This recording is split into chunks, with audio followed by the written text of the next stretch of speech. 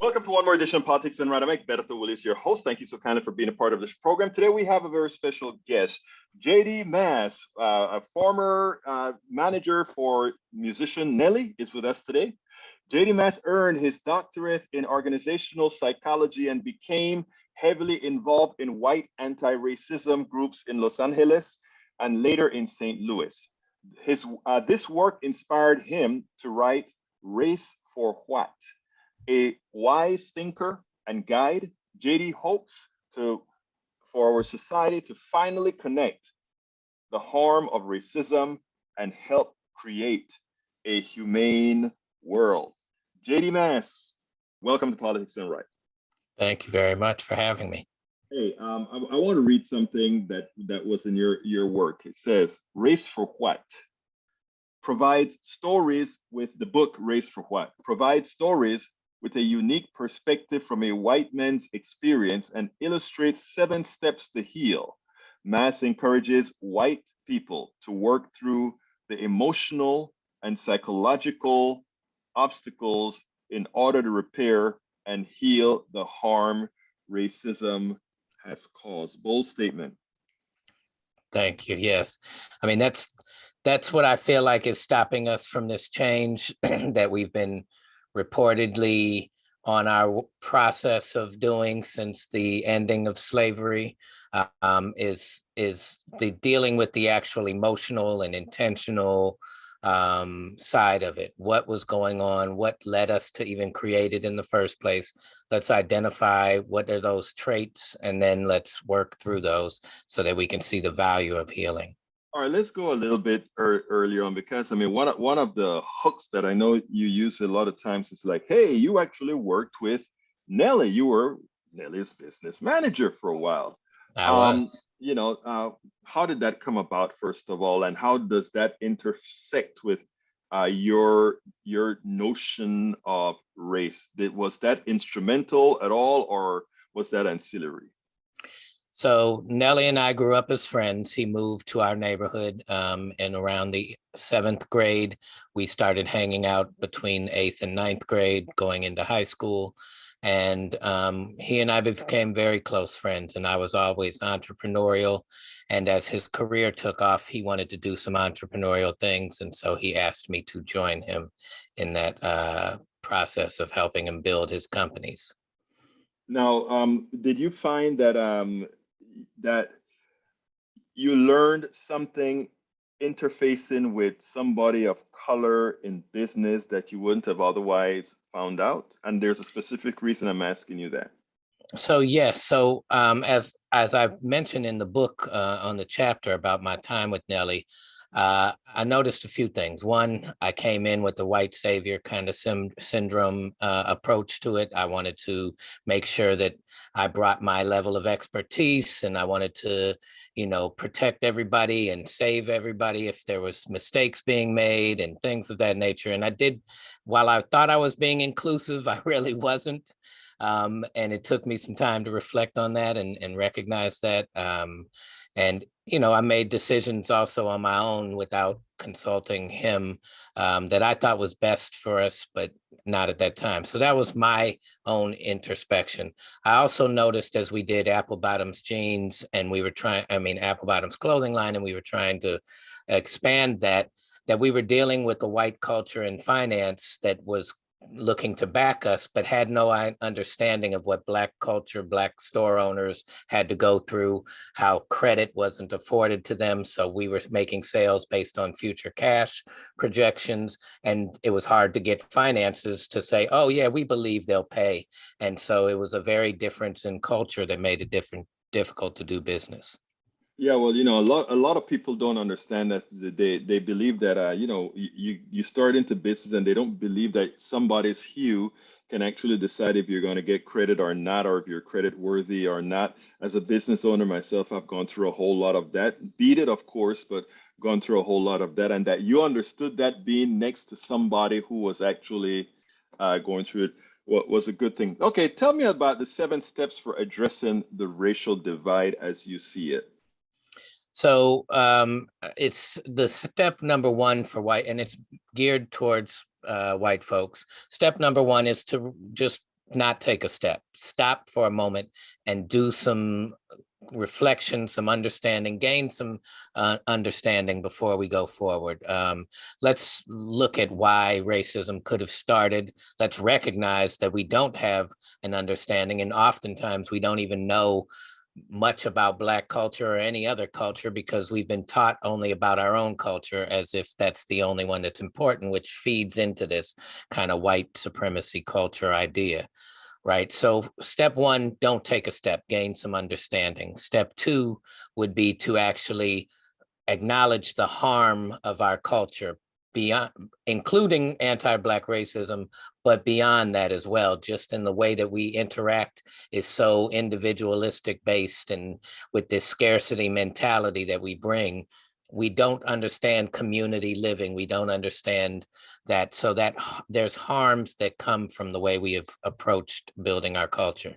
And number three is to let go of privilege, let go of control, and let go of our fears so that we can be open to something new and something greater than what we're doing. I want to stop you on that part because you brought up the word privilege, and what I find that a lot of my well, not a lot of my, some of my white friends uh, think that there isn't privilege because, let's say, you take a look at white folks in Appalachia that are living way below the standard of living of, let's say, even somebody in some of the ghettos in the major cities, etc. How do you explain, as you, I mean, you rightfully talk about privilege. How do you explain that to your, as you try to put that out? So privilege has context when they're defining it in those terms. Yes, they can make an argument for lack of privilege. However, there's been a system that has been supportive of white folks maintaining a level of advancement with ease that other cultures don't have. And so even though it should come naturally, and it seems to, if it comes naturally to us and we don't really see how it doesn't come naturally to others, we can ignore and be blind to the fact that we have these privileges because they really I mean, they should. And in writing, they do, right? Like I read something the other day that said, all lives matter would make sense if all people were created equal in the first writings of when we said all, right? If these, the pursuit of happiness and the justice for all meant all folks then. So then all lives saying all lives matter has the same context as those, then Black Lives Matter is because those never included Black lives in the first place. And that is the level of privilege that I don't think we get to understand. I want to add something to that, and then we'll go to your step number four. And that is, and I think it's something that is important that our listeners actually understand. I always give the example of when I went for my first loan in business. It was in the 80s. It was for $40,000. I had perfect credit. I had all these attributes: good resume, good job, etc. A friend of mine, white guy, good friend of mine, he was a coke addict. Everybody who's watched him play with his nose know that he was a coke addict. He was starting a new business. I was starting a new business. We went to the same bank. Again, we all wear our suits. We went into the bank. The bank folks spoke to him. They gave him a break. He got the $40,000. They told me don't even bother filling out an application. This was the 80s. That is what privilege looks like, just Right. by an appearance that you don't do. And a lot of people don't quite get that. I can put a suit on with somebody from Appalachia and that knows absolutely nothing, and they'll get into the door. And I Right. would have to hope that I can get into the door. Just a thought that I wanted to put out there. Continue with your four, sir. I mean, I talk about it in the book. I was able to exchange anything at any store without question. And my friends exchanged things and were denied, would hand them to me in the parking lot. I'd go right back into the same attendant and exchange something for them. Exactly. And that is the level of privilege at a small scale, but it's still a Right. representation of common everyday life. So step four is to appreciate the value of other cultures, specifically for my case, Black culture, because we have ignored it. And so also going back to your level of privilege, and this system has a target of oppressing things. And the way that we set up, we punish poor people, we punish this, that, and the other. But I say at the bullseye of that target is anti-Black racism, right? So yes, it does hit other people on the target, even poor white folks in rural areas and all of these things that don't have some of the same privileges as others. But that target has a bullseye and then it builds from there. I have And a so, question for you because you say something that we can infer from it, but why do you think we can have all that kind of privilege, but that specifically anti-Black is an issue? What would that be? What would be the cause of that? so I think that there's one, a lack of understanding. There's two, a huge fear in our, and I believe the fear is in our feeling of adequacy in comparison. And I say that because we say that there's like a fear of Black retaliation if we were to go through a stage of repair and reparations and whatnot, but there's no ever been a level of retaliation throughout all the harm that's been caused yet. So that fear is a projected one. I think Well, our fear. yeah, I want to interrupt a second again because I mean, you are, I mean, I'm so glad that you articulate that because it's an important point. But we actually have a great example. Apartheid didn't leave South Africa until the early 90s, as I Mhm. recall.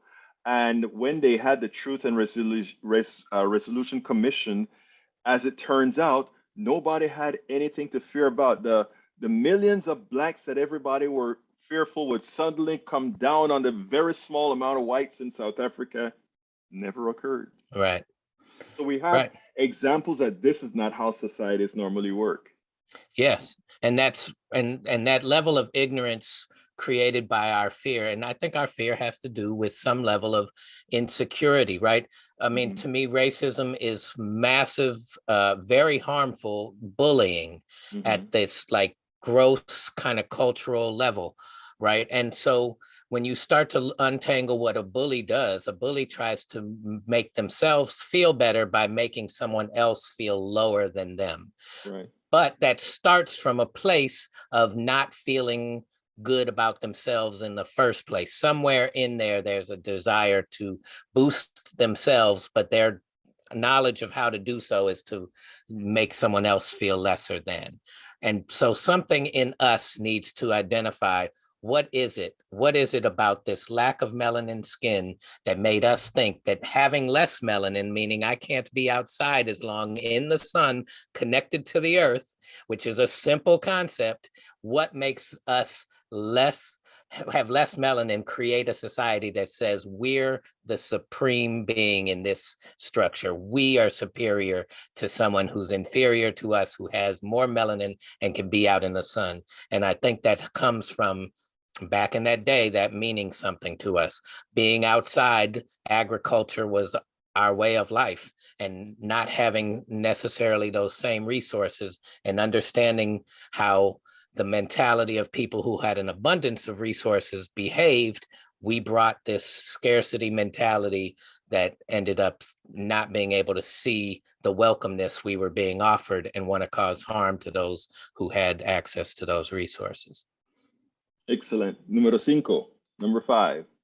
So number five is reparations, right? If we can actually have a value and start to appreciate the value of others without feeling bad about ourselves, but actually recognize the humanity that, like you were saying, that existed in cultures of indigenous and aboriginal people, then having reparations wouldn't just be a cost, and we actually has a cost to a value, because everything we do has a cost. When we turn the lights on, it has a cost. When we buy clothes, it has a cost. When we leave and we drive and we go experience a sporting event or whatever, everything we do has a cost, but we associate a value with that cost, so we don't even measure them. But with reparations, we're stuck with this cost thing. So step five is reparations. Step four being that we have value to that. And then leading us to step 6 would be, what can we build if once we've repaired this situation? And I think we need a new mind, one that we can identify as humanitarian and give us an example so that we can, as white folks, if we're really going to make a change, it is to stop with the control and move into a place of servitude so that we can understand how to live in a humane place and in a humane way. That is step 7 in living in a manifesting humanity. You know, it is amazing because it is so much easier to love than to hate. It is so much easier to live harmoniously than disharmoniously. It is so much easier and actually more fun to cherish differences. You know, I always tell folks that I simply enjoy going to an Italian restaurant. You know, we always used to talk about melting pots, right? Right. And I'm from Panama, Central America. I like salsas. I don't mind the melting pot, but I Mm-hmm. love salsa as well. And salsa is a whole lot of different things that are identifiable Right. that come together, taste damn good. But Right. guess what Right. else Right. tastes good? The stuff that you melt in the pot tastes good too. Right. So Right. Right. the one doesn't eliminate the other. It is so much easier to just say, you know what? I love human beings, isn't it? Yes, it is. And there's just that fear that we need to really identify in ourselves that prohibits us from wanting to just share space and enjoy one another versus try to control what do we feel like we're losing by doing so, and what's the end result that we're so afraid is going to happen, because it's projected. Like DL Hughley, I don't know if you're how Oh, familiar you yeah, are I with know him, him. Yeah. but my favorite line is that the scariest place for a Black person is in the mind of white folks, right? Yeah. We've created this image of, and it's been used to keep us separated, and not keep you separated from us, because it's really used to keep us separated so that we're weaponized for powers to maintain control, because we're afraid of what a melting pot looks like. Although I think the younger generation is no longer afraid of Oh, that. they're not. JD, you just mentioned a very important thing that I preach all the time. I don't, you only said it in passing, but I've been talking about all of us being controlled. You know, a Hmm. lot of people think that, okay, so black folks were slaves or whatever. And what I preach now in my show is that we're all what I call antiseptic slaves. And the reason I Hmm. call it antiseptic slaves is that the powers that be, it's in their interest to keep, you know, the conquer and divide has merit. It's in Right, their interest to make sure that you fear me.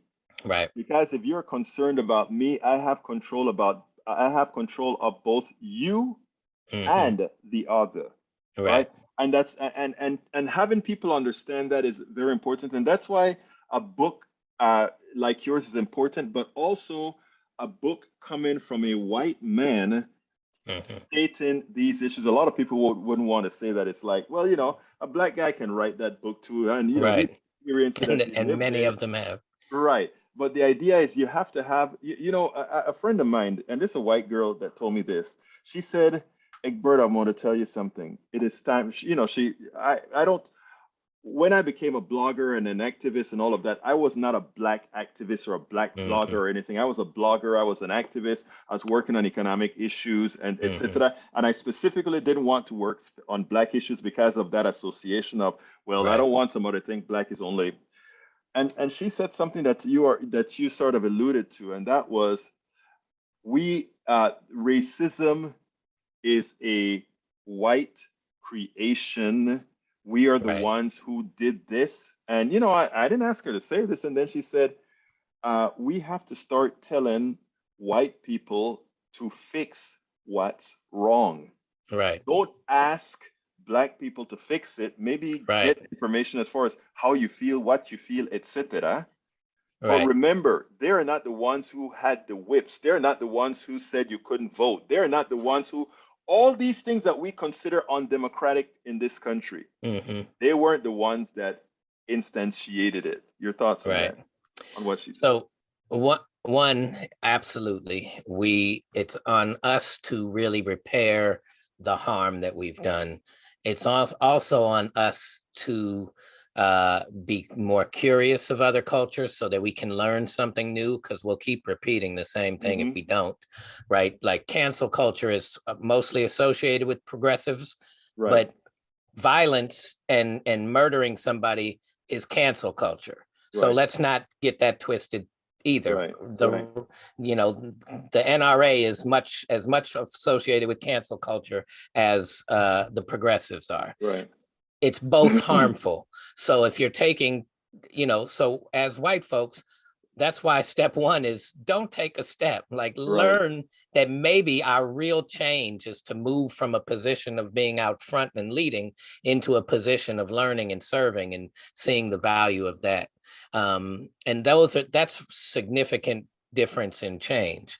But in order to do that, we have to address the repair that needs to happen. And some of that, I think, has to do with repairing our own sense of esteem, our own sense of values, and changing what is valuable to us, because we're all miserable in this culture and we want change. And I think that was really reflected on in our country. It was reflected from George Bush to Obama, that there was a desire for change. I think Obama looked like change, but didn't have the influence of changing the system itself. Right. And so that when he left office, there was still a desire for change. And Trump, whether you like him or not, he's different, right? Right. He was different as a politician for us. The left on the Democratic side didn't recognize Bernie was different, and they didn't promote that. And they promoted Hillary, even because she looked different, she was still part of the same practices.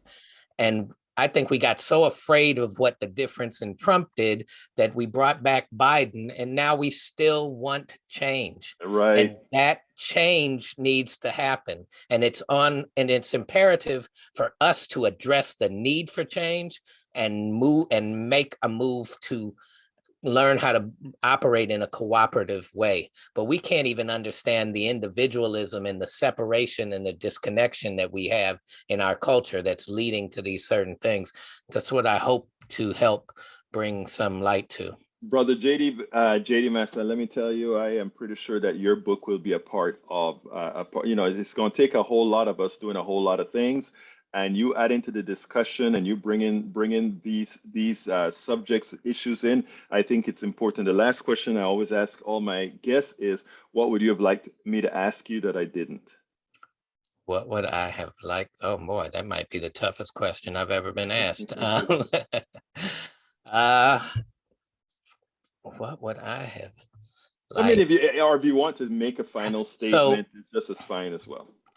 Yeah, so how you start something, and the values in which we start something is often how it ends up. And so it's very hard for us in untangling this disconnected culture that we have to, like, the way we're structured as far as thinking about family. That's yours, this is mine, this is, instead of as a group of whole, we have redefined ourselves. How am I trying to say this properly? I think I'm confusing myself, but the level of being responsible socially versus being responsible individually allows for a culture to all of us to feel good about, right? Where versus being responsible individually means a lot of finger pointing. Nope, you should have done that. Nope, you were the one. Up. We have been deceived so much in our culture, and it has to be deception, because white supremacy is a deceptive concept. The fact that we have less melanin being supreme is a lie. And if you're going to build a system that supports that lie, you have to do it around lies. So now we have this culture of deception that we're dealing with, and that is what we have to untangle. And that's the biggest thing. Couldn't have said it any better myself. Brother JD Mass, he is the author of Race for What? A White Man's Journey and Guide to Healing Racism from Within. It was my pleasure to have you on Politics Done Right. Thank you so kindly for having been here. Thank you very much for having me. We spend a lot of time deconstructing the news, trying to parse it into a form that everybody can understand. We try to find those little nitpicks where it flies above the fray, etc. If you really like these videos that we do, I want to ask a big favor. Please go ahead. Number one, subscribe to our channel, and number two, please join if you can. Thank you so kindly for watching. Keep watching. Please remember to share. We must populate the entire internet with our progressive message, a message that we know is what most Americans say that they want. So help us, please join.